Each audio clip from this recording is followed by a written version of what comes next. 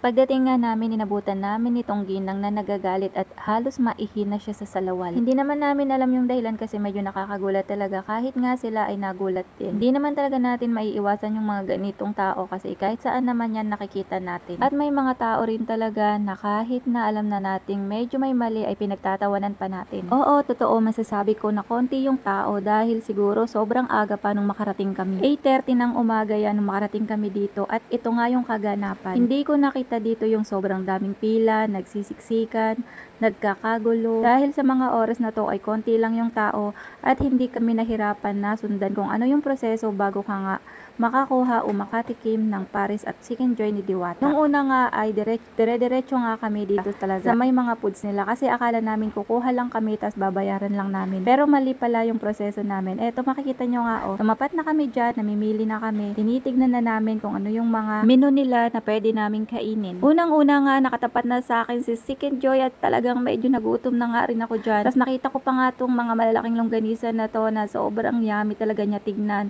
Tapos meron din dong barbecue. Hindi ko pa nga nakita doon yung Paris Overload, siguro gawi pa doon. Dahil bago nga makita yon, may nagsabi sa amin na kailangan pumila pala kami. Naku, parang ang daya pala namin kasi hindi namin alam yung proseso. So habang pumipila nga kami itong tarpaulin, sinamantala na rin naman nila magpa-picture-picture dyan at di ba nakaka-enjoy. So, eto na talaga yung inaantay namin, malapit na at excited na talaga akong humigop ng sabaw.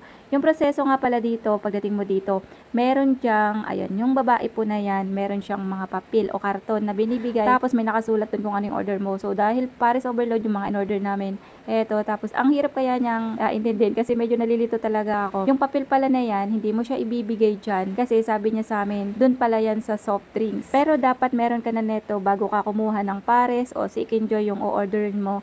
Kasi yun na yung palatandaan na bayad ka na. Tapos pagkakuha mo naman ng Pares, kukuha ka naman dito ng rice. Tingnan nyo guys, ang lalaki ng kaldero nila. Tapos yung katabi nun, dun ka naman tatapat para palagyan ng sabaw yung mga pares na in-orderin mo. Medyo nahuli na nga ako kasi halos hindi ko mahawakan yung rice. Tapos wala pa kaming nakikitang table kaya hindi ko talaga siya mailapag. Napaisip nga lang din ako nung nakapila talaga ako dito na sobrang laki ng tiwalang ibinibigay ni Diwata sa mga tauhan niya kasi biruin mo dun pa lang sa unahan na pagkuha ng bayad, yung libo-libo talagang ipinagkakatiwala niya doon. Without CCTV, without lagayan ng pera na safe, ando doon lang talaga siya. Anytime talaga possible, sobrang daming tao ngayon na masasama ang loob. Pwedeng ma-hold up o ganun, pwedeng manakaw. Anyway, so sa bagay, nasa mga tao na lang din naman yan kung lolokohin siya. Sabi nga nila yung pera na ibabalik pero yung tiwala hindi na kapag ka nasira. So ito na yung last soft drinks.